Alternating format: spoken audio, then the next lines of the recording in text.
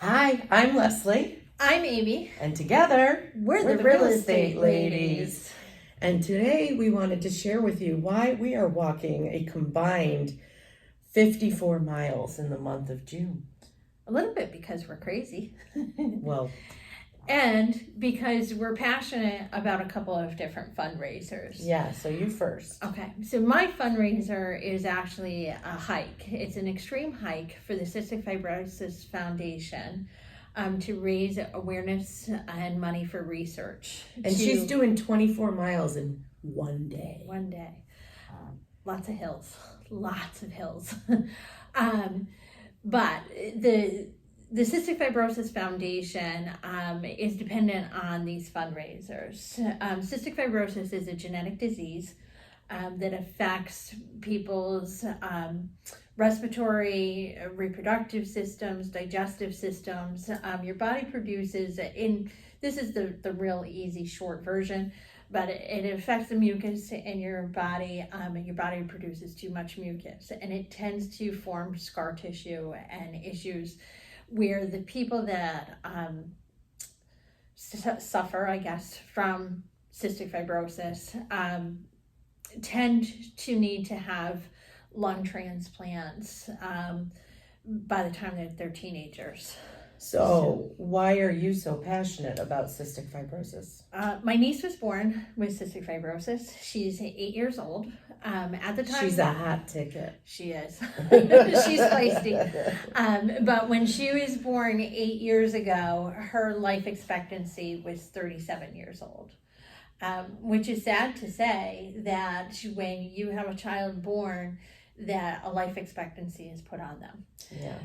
And to know that their life is going to be a series of hospital and doctor's visits. And by the time that they're teenagers, they're probably going to be looking at having some kind of a transplant or long-term hospitalizations because of ongoing issues. Well, and she already has to go through a lot of special care. Like I know you've shared with me, she has to take pills before she eats, and she has to wear a vest to clear her. So in order to digest their food or her food, she needs to take enzymes when she eats. So she usually has about, I think she's up to about 5 pills a meal. So she's well into 20 to 30 pills a day, depending on how many meals and snacks she has, just to be able to go ahead and digest her food. So it's hard, you think, you're watching your niece, let's just take a run through Dunkin' Donuts. Oh, wait a minute, I can't because I don't have her enzymes with her. So, that happened one day, a couple years ago when I had her and her brother before school.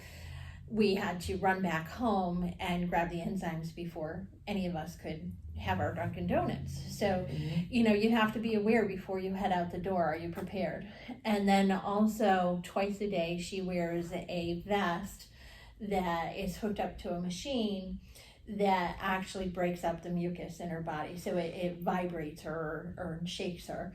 And then with that, she also has to have a nebulizer treatment to get that into her system to be able to open up her lungs and clear out her lungs so it doesn't build up too much. So that's something that she does twice a day. If she's sick, she may have to do that more.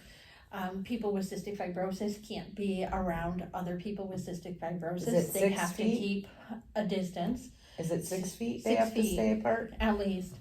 So she was already aware of social distancing and mask wearing before the pandemic even hit. Now, I know her niece, and if you met her, you would not even know that there's a single thing wrong with this kid.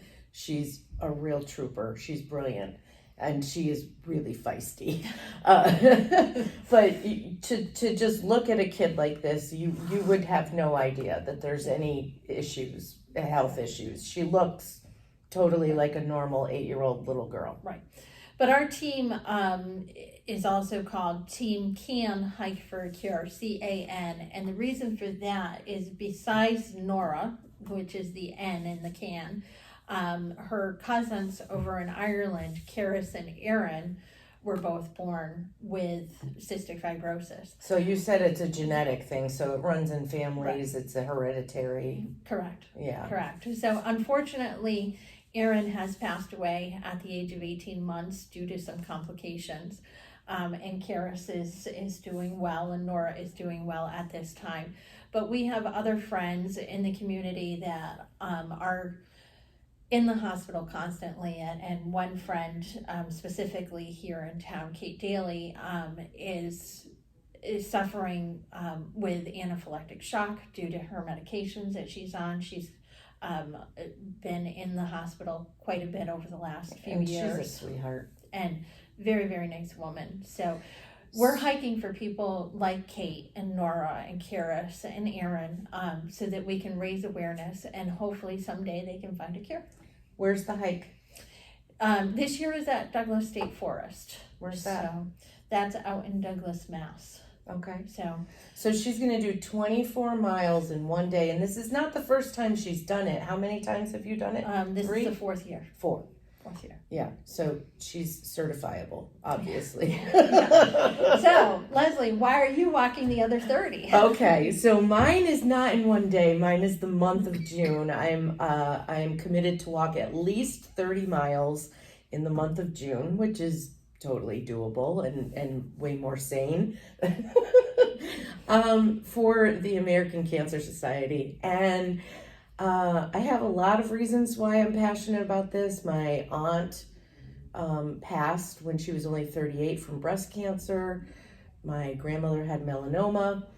My mom has had some brushes, but most specifically, and some of you know this and some of you may not, I have cancer. I have a rare cancer called ocular melanoma. It's in the back of my right eye, and it's incurable. I'm okay. It's been 3 years now since my diagnosis. My treatments went well, but they have to watch me carefully because it can metastasize and turn into something different than what it is now. And so it's been a weird journey. Yeah, you've had a good sense of humor about it, though. In fact, what did we name your tumor? Her name is Celeste, and said she does live with you. That's right. So I decided that since I have to have this tumor with me the rest of my life, we're roommates now, and she deserved a name. So the tumor's name is Celeste. Yeah. So. Why not have fun with it? My treatment has been, I guess I'm blessed that we live in Massachusetts, because as it turns out for ocular melanoma, the best place to get treatment is in Boston. And so, it's only a couple hours away, and I have had the best care in the world. People from around the world go to see the doctors that I've been seeing. And you're lucky to be a quick trip down the Mass Pike. Exactly. Yep. I've had the best care possible. I don't see very well out of that eye anymore, and that's never going to change, but that's... We try not to sneak up on her. Yeah, don't come up on my right side. But, it's so rare. I don't know. Like most people, when I tell them what I have, they're like, I've never heard of that. No. I was told, and this is not something I researched because I try not to look up stuff, but I was told about 2,000 people in the country get it a year. So it's very rare. There's no known permanent treatment right now. But I want to raise money for the American Cancer Society for all forms of cancer. I think so many of us have been impacted by cancer in some way or another, whether it's yourself or a loved one. And I also lost a very dear friend recently to cancer. And so, let's just try to get rid of this thing. Right. So our fundraisers are passions for different reasons, but they affect people either personally, either you directly, or the people around us. And so we're hoping to raise the awareness for both cancer and for cystic fibrosis, and to also raise funds to go towards the research. Yeah, so the links for how you can help us are going to be down below. Every dollar helps, I don't expect people to show up with big buckets of money, but if you've got a few dollars to spare, maybe you skip Starbucks this week and you give us a little help so that we can try to take this to the next level and help people that we love, that you probably love.